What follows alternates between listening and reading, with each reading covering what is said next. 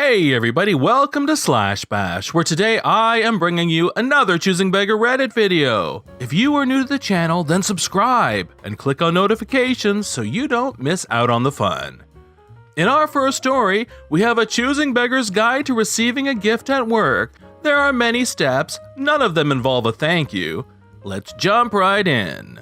Once upon a time, I worked for a fast food chain in my city. Which one exactly isn't important to the story, sorry. Let's begin by setting the scene. So at this place, I had a manager who was kind of on the large side. Not to be mean, but her thighs were shaped in a way that defied the laws of gravity.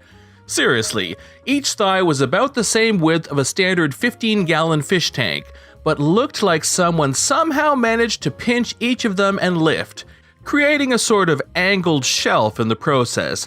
They were indeed a very weird and truly gravity-defying shape. We'll just call her Crystal because it was the first name that popped into mind. I also had several other co-workers and managers that worked with me. Anyway, one year at an employee meeting, it was decided that we would be holding a Secret Santa event instead of a big Christmas party that year. Real quick, for those of you that don't know, Secret Santa is a gift exchange where everyone picks a name at random from a hat, bowl, or box and has to get that person a small, anonymous gift within a decided budget. I wasn't the most excited about the idea and asked to speak to our boss afterwards. You see, instead of having to buy one person a gift, I felt more comfortable just doing something special for everybody and asked for permission to do that instead. Permission was given and my name was removed from the list. Great! So I set out to buy everything that I needed for my little project. It was a lot of shopping. Several days before Christmas, I sat down and got to work decorating and customizing a box for everyone, complete with their names on them. I even made a few extra without names for past employees that might stop by to say hi, because I didn't want them to leave empty-handed after going out of their way. I'm thoughtful like that. After a few days, the boxes were done and I could move on to the main beast of my gift project, the Great Christmas Baking! You see, my idea was to make 6 different types of gourmet cupcakes for everyone. We had about 22 total employees, but I was making enough for 35 people, just in case. I'm sure anyone that has ever baked anything can do the math to figure out just how long that took. If you can't, well, it was about 2 days worth of work, and I didn't get sleep the night before while I put the finishing touches on each little masterpiece. Seriously, I poured my little heart and soul into those cakes. By the next morning, I carefully packaged everything up into each specially made box. Then, very extremely carefully loaded all of them into the car to be transported. I seriously freaked out about every little bump and turn in the road, despite living only 5 minutes away. I was a sweating, nervous wreck by the time I got to work, several hours before my shift, mind you. I got out and carefully brought everything into the shop, guarding my haul like a fearsome dragon guarding gold.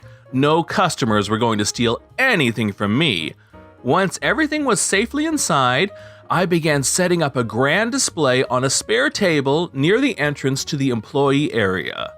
I began with a huge Christmas tree poster I made a few days prior and hung it up with the help of a few very excited co-workers.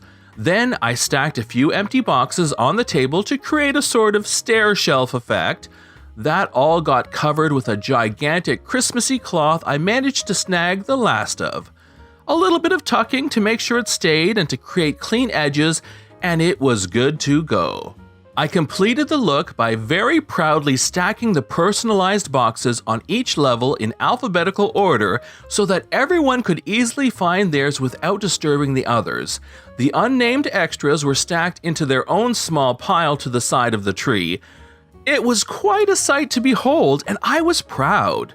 Shaking with nerves and lack of sleep, but definitely proud of myself. My boss was so impressed that she forbid anyone from taking anything off of it until she got a few pictures. She then gave me a free jumbo cup of coffee because I looked like death. A few hours later, I was getting on with my shift when Crystal came in. Dun dun dun! Spirits are high as everyone is stopping by to collect their boxes. I'm getting a lot of compliments and much thanks, especially from the ex-workers because I thought of them when I didn't need to. I was delighted that everyone else was delighted. It was a really good experience. That feeling wasn't to last once Crystal spotted the pile of boxes though. "What's this?" she asks. Someone, I don't remember who, fills her in as I'm trying to complete orders during a rush.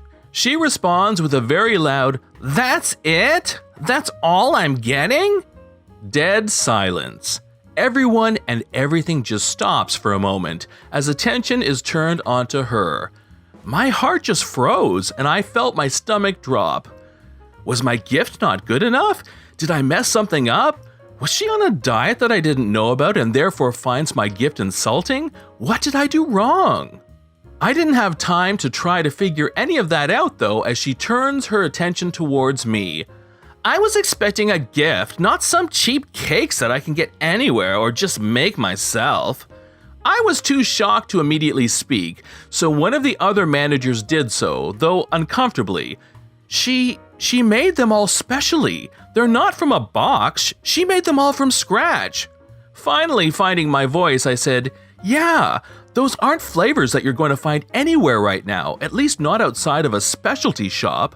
I tried to make each unique. It took me days, hours of..." She cuts me off with, "I don't care. You promised me a gift and I expected something nice. I can't believe you didn't get me anything."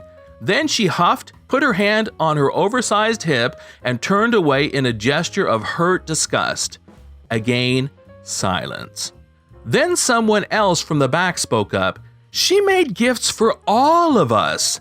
At this point, I gesture towards the pile and point out her name on the box. "I made you your own. It's right here." "I can see that, but it's not really a gift." Our boss responds with, "Hey, if you don't want them, I'll take them for you. That stuff is good, and if you can't appreciate it, I'll gladly eat your share." Suddenly, everyone starts chiming in, trying to lay claim to which of Crystal's cupcakes they want if she is not going to take them. This ticks Crystal off, and she quickly, or as quickly as she can waddle, makes her way over to the table to grab her box.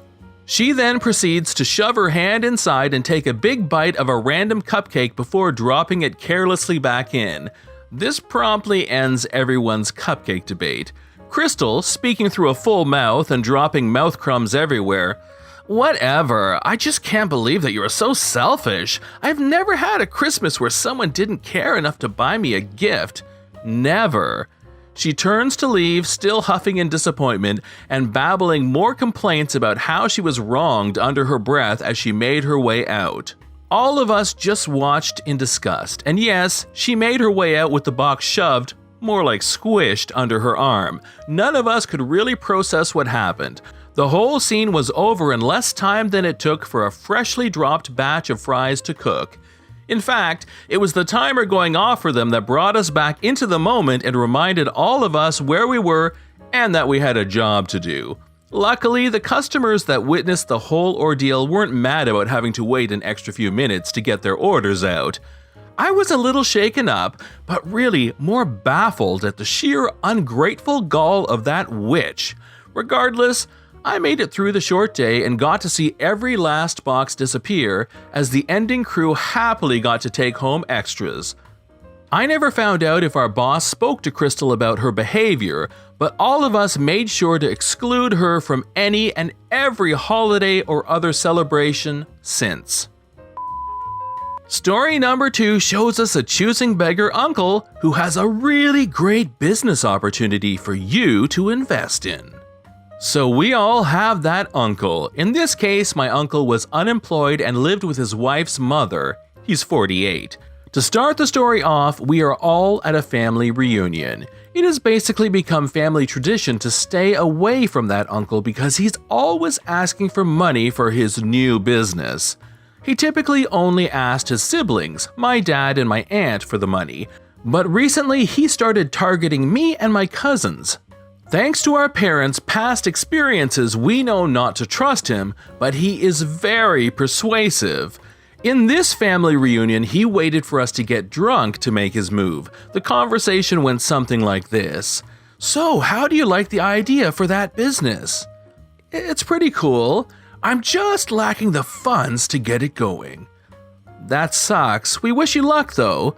We all had a laugh, basically making fun of him. But then, out of nowhere, he started crying and got down on his knees to ask for the money. He started promising on Granddad's grave that he would pay us back. This was a very uncomfortable situation for all of us to be in. I didn't crack, but unfortunately, one of the cousins did and decided to help him out. We all looked at him with that look, "Don't do it!" Next morning, he took him to the bank, and to this day, he doesn't want to tell us how much money he gave my uncle. Not even a week later, I see an Instagram post and an Insta story from his wife lying down on a beach. That mother flipper spent the money on a vacation to Acapulco, Mexico. When my cousin found out about this, he drove to his house, confronted him, and gave him a beating. He still comes to our family reunions, but we haven't spoken to him since. In our final story, a business owner is introduced to the Choosing Beggar influencer. "Oh, who's this lovely person contacting me?" Wait, so since you already have the sari, then how is it costing you more money? You're not paying me to do it. You're missing my point. I spent money to get the sari so then I can sell it to make money. If I just give it to you, then I'm not going to make money on that sari. Do you understand? But you already bought it, so you own it, so how are you losing money? It's literally free advertising.